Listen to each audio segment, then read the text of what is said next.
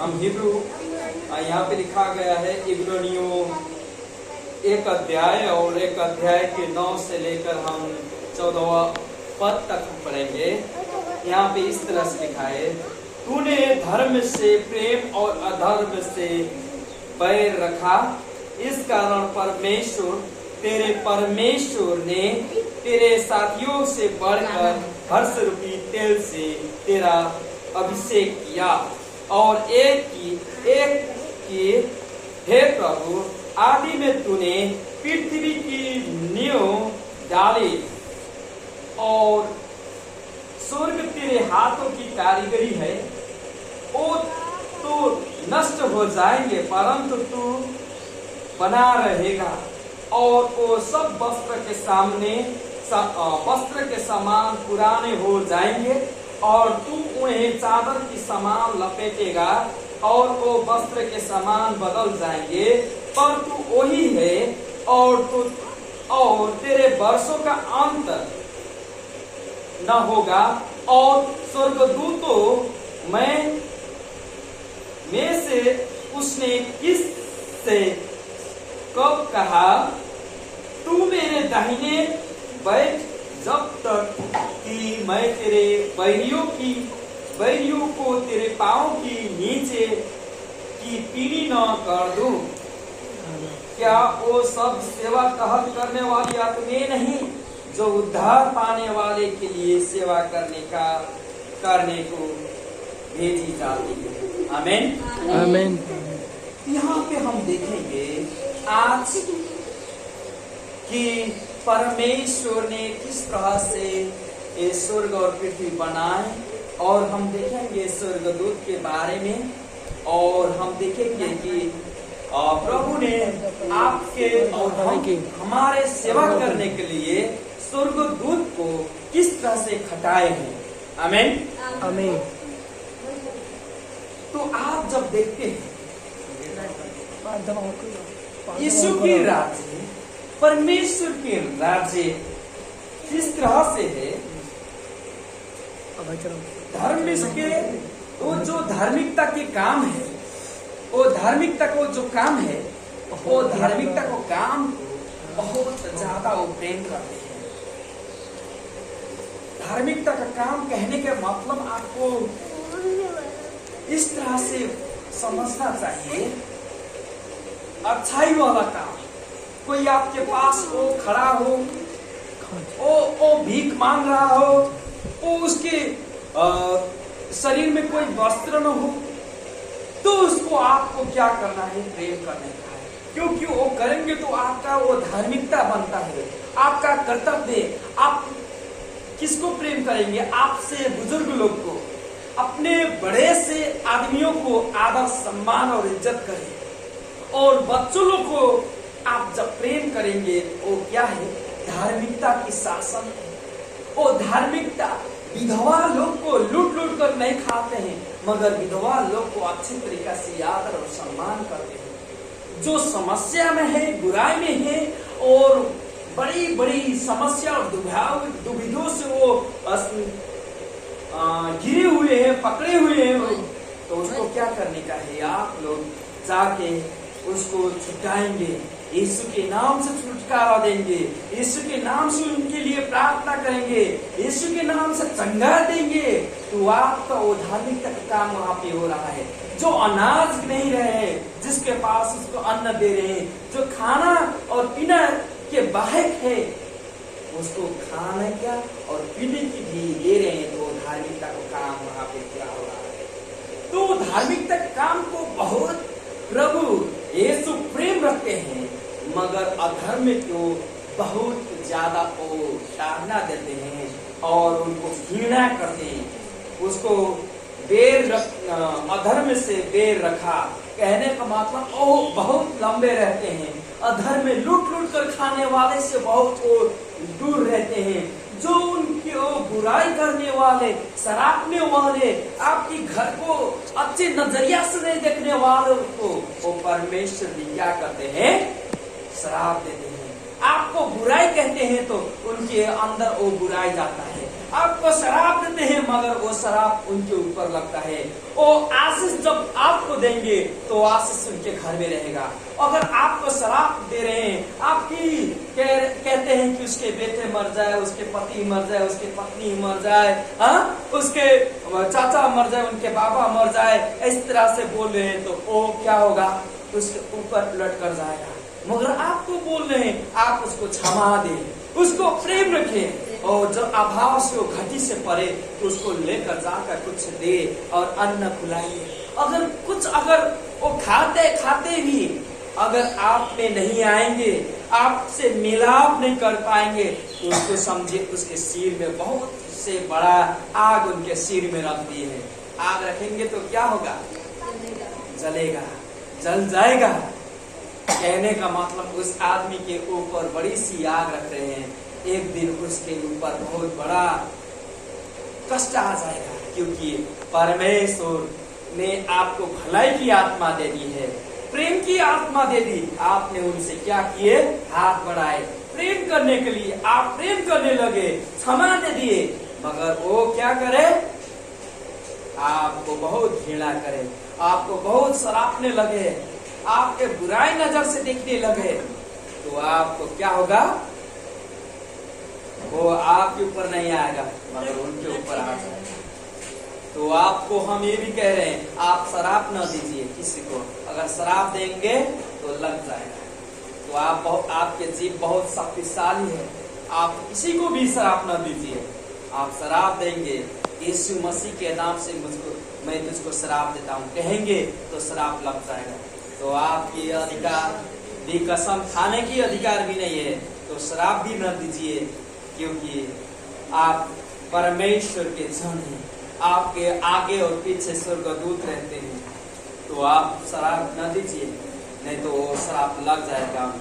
मगर आप प्रेम रखते हैं, प्रेम करते करते, प्रार्थना करते करते, दुआ करते करते भी आपसे नहीं प्रेम रखते हैं, तो परमेश्वर क्या करेंगे, उनसे अपना बदला लेंगे। क्योंकि आप जो बदला लेने वाले थे, वो परमेश्वर कहते हैं कि मैं लड़ाई लड़ने वाला परमेश्वर हूँ। आमीन, आमीन। आपकी बुराई करने वाला, आपके षड्यंत्र रचने वाले, आपके लिए गड्ढा खोदने वाला खुद वो गड्ढा में पड़ जाएगा, मगर प्रभु यीशु आपको बचा के लेकर जाएंगे। आमीन, आमीन। तो परमेश्वर का राज दंड ये है। प्रभु बोलते हैं 8 में इस तरह से, परंतु पुत्र के विषय में मैं कहता हूँ, हे परमेश्वर तेरा सिंहासन युगानुयुग रहेगा। कहने का मतलब परमेश्वर के सिंहासन युग युग, कहने का मतलब मैं भी चला जाऊंगा, मेरे बेटा होगा वो भी चला जाएगा, मेरे बेटे के बेटा होगा, नाती होगा वो भी चले जाएगा, मगर यीशु का राज्य सदा स्थिर रहेगा। आमीन, आमीन। क्योंकि वो परमेश्वर है। परमेश्वर के सामने आगे एक दिन हमारे लिए 1000 वर्ष। कितने? 1000 वर्ष। एक दिन परमेश्वर के आगे और हमारे आगे 1000 वर्ष। 1000 वर्ष एक दिन, एक दिन 1000 वर्ष। कहने का मतलब इस चुटकी के बराबर वो गने जाते हैं समय परमेश्वर की आगे। मगर हमारे लिए वर्ष कहने का मतलब हम तो 100 वर्ष नहीं जीते हैं, मगर 1000 वर्ष कहने का मतलब तो 110 हुआ ना, तो 10 पुस्ता चले जाएंगे हमारे, तब परमेश्वर कहेंगे अभी तो एक दिन हुआ। इस तरह से यहाँ पे लिखा है, हे परमेश्वर तेरा सिंहासन युगानुयुग रहेगा, तेरा राज्य का राजदंड न्याय का राजदंड है। परमेश्वर न्याय करने वाले हैं। परमेश्वर के राजदंड इस तरह से है, वो धार्मिकता और धर्म वो दोनों को इस तरह से बांट देते हैं। और धार्मिकता के परमेश्वर हैं तो धर्म को बहुत प्रेम रखते हैं, अधर्म को हटा देते हैं अपने आंखों के सामने से, और वो सत्यता को बहुत प्रेम रखते हैं। उनकी आगे सत्यता रहता है, झूठ कभी भी नहीं रहता है। तो इसमें लिखा है, तूने धर्म से प्रेम और अधर्म से वेर रखा, इस कारण परमेश्वरी लोग हैं, इस्राएली लोग को परमेश्वर ने बोला, यीशु मसीह ने बोला, ये मेरे साथ इष्ट मित्र लोग हैं। अपने इस्राएली लोग को अपने मित्र और इष्ट मित्र समझते हैं। से बढ़कर इतना प्रेम रखे परमेश्वर ने, हमारे पास कभी भी यीशु क्रिस्ट नहीं आए। हमको तो इतना कुकुर समान समझते थे। कैसे? कुकुर, तो कुत्ता बोलते हैं ना, कुत्ते के समान हमको समझते थे यीशु मसीह। हमको आदर नहीं मिला था, हम लोगों को इज्जत नहीं था, क्योंकि हमको मूर्ति को पूजने वाले, हम देवी देवता पेड़ पौधों को पूजने वाले हैं। पतन हुआ स्वर्गदूत को, या स्वर्ग से गिरा हुआ स्वर्गदूत को हम पूज रहे थे। कोई सांप को, कभी गाय को, कोई बाघ को, कोई घोड़े के, कभी कुत्ते को हम पूज रहे थे। तो यीशु मसीह जब इज़राइल में आए तो यीशु मसीह ने हम लोगों को इज्जत नहीं दी, क्योंकि हमको क्या समझते थे? कुत्ते की समान समझते थे। और कुत्ते को क्या नहीं देना चाहिए? अच्छे अच्छे चीज नहीं देना चाहिए, क्योंकि उसको मालूम नहीं होता क्या करना चाहिए, तो उसी के मारे।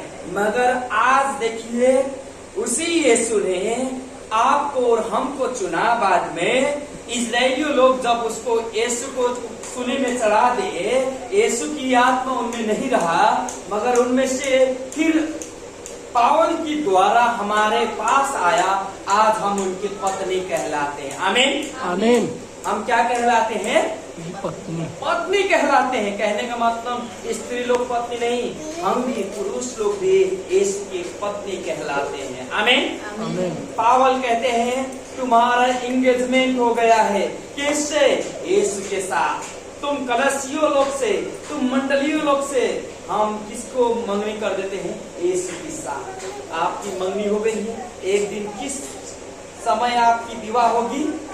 उस स्वर्ग में जब जाएंगे, आप दुल्ही की समान यीशु के पास रहेंगे, और आपके पास कुछ भी पाप के दाग और धब्बा नहीं रहेंगे। आप यीशु के साथ रहेंगे और वहाँ पे उनके साथ भोजन करेंगे। आमीन। यहाँ पे लिखा है, साथियों से बढ़कर हर्ष रूपी तेल से तेरा अभिषेक किया। कहने का मतलब आपको और मुझको अभिषेक किए गए हैं, वो भी हर्ष के तेल से। आमीन। हर्ष की तेल कहने का मतलब जोयनेस, इतना आनंद और खुशहाली से हमको अभिषेक किए गए हैं। तो हमको क्या करते हैं? क्या करते हैं? हर्ष रूपी तेल से जब हमको अभिषेक किए गए हैं, हमारे पास क्या होता है? आनंद है। क्या रहता है? आनंद। आनंद रहता है। हमारे हृदय में क्या रहता है? शांति रहता है, क्योंकि यीशु ने हमको किस तेल से अभिषेक किए हैं? हर्ष रूपी तेल से। तेल ऐसे उठाए और अभिषेक कर दिए हमारे सिरों में, आपके सिर में, उनके सारे जन को अभिषेक किए अपनी तेल से। तभी तो हमारे हृदय में शांति और आनंद रहता है। यहाँ पे लिखा गया है, और ये कि हे प्रभु, आदि में तूने पृथ्वी और पृथ्वी की नींव, कहने का मतलब जग, ये जैसे घर बनता है, उसी तरह से एक पृथ्वी जब बन रहा था, इसका जग उन्होंने इस तरह से बैठाया, चारों कोने पर इस तरह से अपने शक्ति और सामर्थ्य से इसको बैठाए, तो पृथ्वी इधर उधर नहीं होता है। आमीन आमीन। उसको साइंस के भाषा में भी तो क्या बोलते हैं? गुरुत्वाकर्षण, ग्रेविटी बोलते हैं। इसी तरह से अटका गया है एक स्वर्ग में। कहने का मतलब एक ब्रह्मांड में से एक, इस तरह से एक प्लैनेट है पृथ्वी, तो वो इसी तरह से अटका गया है, एक स्याव की तरह, एक नींव के, एक खट्टा वाला, क्या बोलते हैं इसको? नींबू की तरह से पृथ्वी है, और पृथ्वी के ऊपर हम है। उसी तरह से हम तो ऐसे रखेंगे तो गिर जाएगा, मगर प्रभु यीशु ने जब शुरुआती जग था, तो इसको इस तरह से रख दिए पृथ्वी को, आकाश में, एक नक्षत्र में, यहीं पे अटक गया है। ये नीचे नहीं आता है, ना ऊपर जाती है, यहीं पे इसका अपना जग है, तो इधर उधर नहीं होता है, इसमें है। इसको इस तरह से रख दिए परमेश्वर ने, और सारे चीज इसमें जो जो चाहिए वो सारे चीज को बनाए प्रभु ने। आदि में सबसे पहले प्रभु यीशु ने पृथ्वी को बनाए और स्वर्ग तेरे हाथों की कारीगरी है। स्वर्ग में अपना स्वर्गदूत लोग को रखे, अपने तारों के उन्होंने रखा।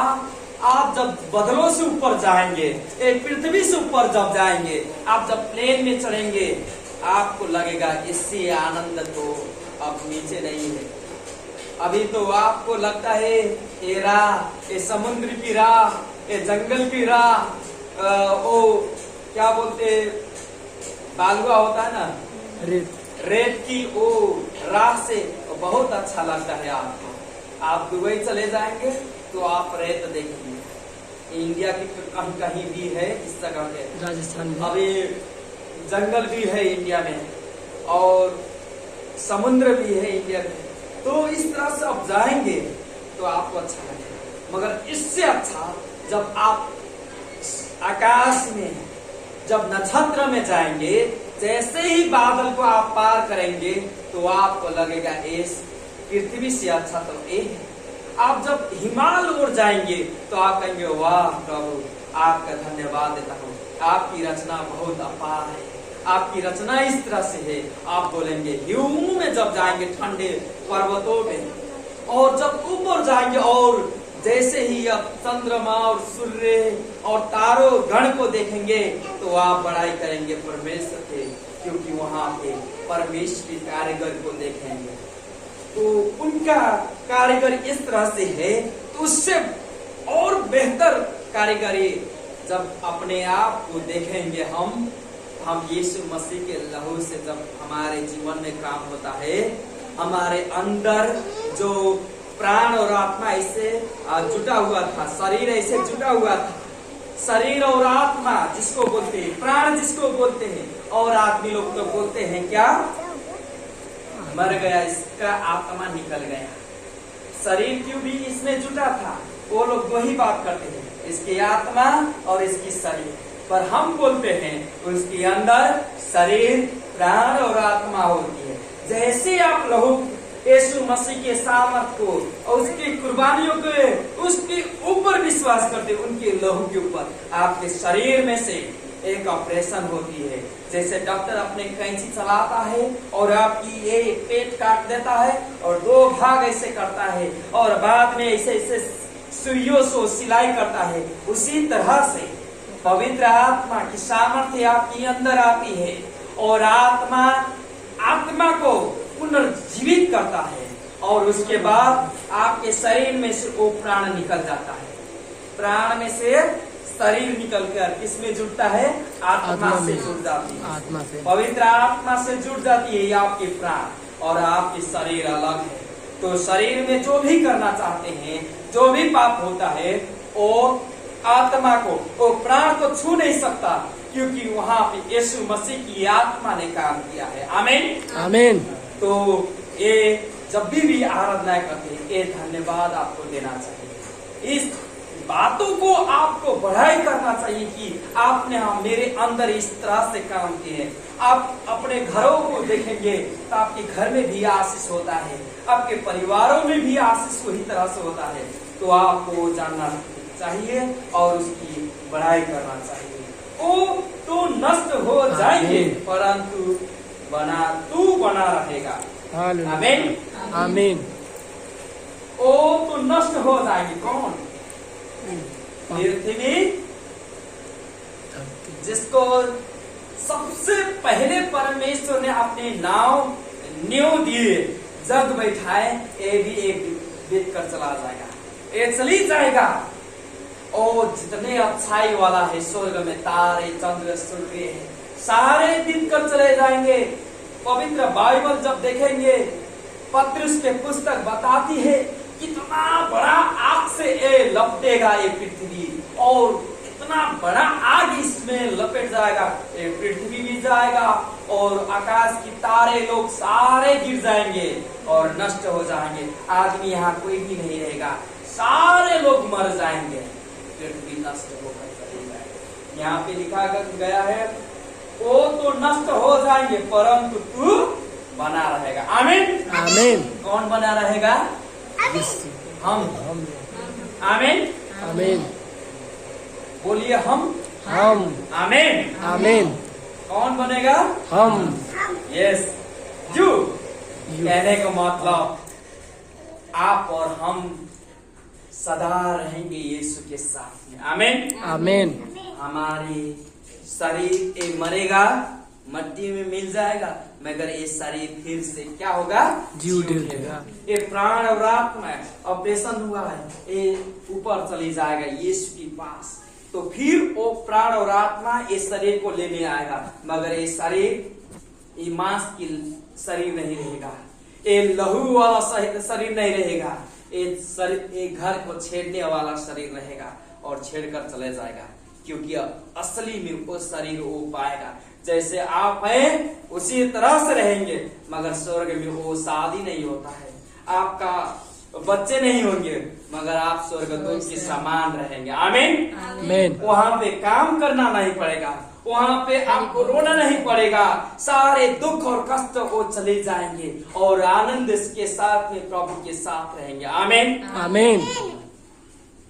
और इसमें लिखा गया है, तू बना रहेगा और वो सब वस्त्र के सामान पुराने हो जाएंगे, ये सारे चीज पुराने हो जाएंगे, सारे बीत कर चले जाएंगे। जैसे पुराने कपड़े वस्त्र हम अपने फेंक देते हैं, कहीं जला देते हैं, क्योंकि वो पुराना हो गया है, अब काम का नहीं है, फट गया है, तो हम क्या करते हैं? उसको जला देते। उसी तरह से और तू उन्हें चादर के सामान लपेटेगा और वो वस्त्र के सामान बदल जाएगा।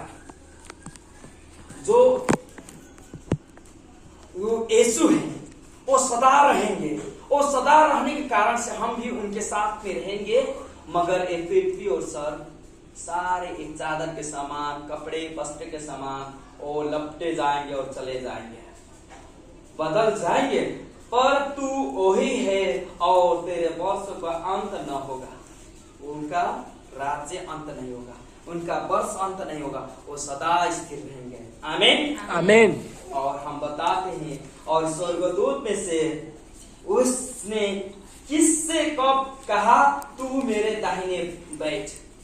आप जब प्रभु यीशु को वो मर के जब जी उठे तो स्वर्ग में वो गए, तो जो पिता थे, पिता कहने का मतलब अपने ही खुद वो पिता थे, तो पुत्र वो जब मर के जी उठा तो जो स्वर्ग गया तो अपने सिंहासन को ले लिया, सारे अधिकार को ले लिया। जैसे राजन यहाँ से कहाँ गए हैं? विदेश।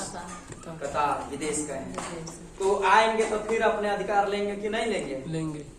कुछ समय के लिए गए। यीशु उसी तरह से सारे चीज क्या किए? स्वर्गदूत को और अपने जगह जगह में सब चीज, और उस समय के लिए छोड़ दिए। अपने पिता हैं, मगर अभी वो क्या हुए? मानस के उद्धार के लिए, मनुष्य के उद्धार के लिए वो कुछ समय के लिए पृथ्वी में आए, और पृथ्वी सारे काम पूरा करने के बाद फिर वो आए, लौटे और समस्त अधिकार ले लिए। आमीन। आमीन। आप समझ रहे हैं? यीशु खुद अपने आप से फिर वो अधिकार ले लिया, क्योंकि पहले अंधकार के शासक शैतान जिसको बोलते हैं, शैतान ने क्या किया था? प्रभु से वो अपना अधिकार ले लिया था। प्रभु का, परमेश्वर का अधिकार जो है ना, कहने का मतलब शांति, आनंद, रमाहट, परमेश्वर के जान खड़ा नहीं हो पाए, इस तरह से वो ले लिया था। तो अपना काम कर रहा था, तो तभी तो उसके पूजने वाले ज्यादा हैं, हम लोग कम हैं उसके पूजने वाले। एक गांव में, वो गांव में, दूसरे गांव में, नेपाल में, इंडिया में और देश में। मगर अभी देखेंगे तो सारे देश में सबसे बड़ा किसको माना जाता है? यीशु मसीह को। को। सबसे ज्यादा इस संसार में देखेंगे जितने मनुष्य लोग हैं, सबसे ज्यादा किसको मानते हैं? यीशु मसीह को। आमीन। आमीन।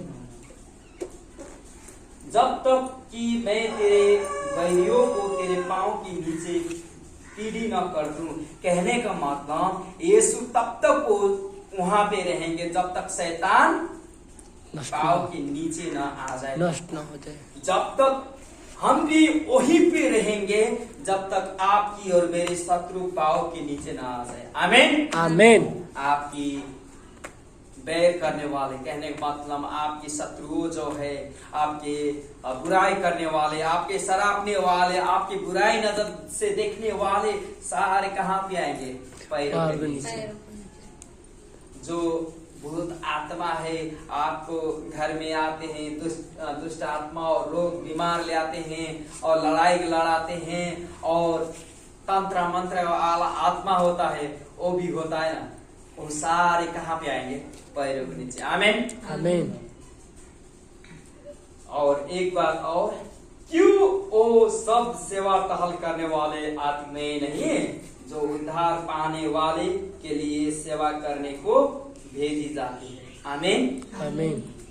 आप और मैं उद्धार पाने वाले हैं। आमीन आमीन। आपको विश्वास रखना, जो यीशु मसीह को विश्वास करते हैं इसमें लिखा गया है कि उद्धार पाए हुए हैं, और जो उद्धार पाते हैं उनकी सेवा करने के लिए कौन जाता है?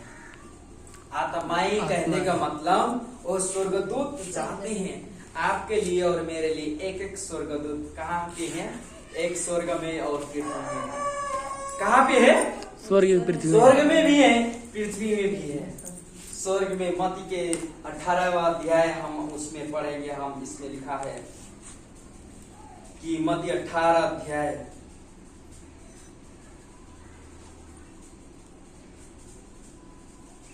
इसमें लिखा गया है, एक पद में पढ़ूंगा। देखो तुम इन छोटों में से किसी को तुच्छ न जानना, क्योंकि मैं तुमसे कहता हूं कि स्वर्ग में उनके दूत मेरे स्वर्गीय पिता के मुंह सदा देखते हैं। आमीन आमीन। कौन देखते हैं? दूत। दूत। दूत कहने का मतलब स्वर्गदूत है। तो वो आत्माएं कहाँ पे रहते हैं? स्वर्ग में। और परमेश्वर के सिंहासन के आगे वो सदा परमेश्वर की महिमा करते हैं। Hallelujah hallelujah. तो आपको कुछ करने के लिए वो लोग बहुत क्या करते हैं? चिंता, सोचना और बहुत टैक्टिस लगाना पड़ेगा, क्योंकि आपके पास कौन है? एक स्वर्गदूत है। आमीन आमीन। आपके पास कौन है? स्वर्गदूत। स्वर्गदूत। और परमेश्वर के सिंहासन के आगे भी एक स्वर्गदूत है। तो आप कभी भी नहीं डरे, कुछ के लिए नहीं, उसमें जोरदार के साथ में प्रार्थना करें, प्रभु के धन्यवाद कीजिए, क्योंकि परमेश्वर आपके साथ है। ये पृथ्वी बीत कर चला जाएगा, इसमें पृथ्वी में रहने वाले हर चीज बीत कर चला जाएगा।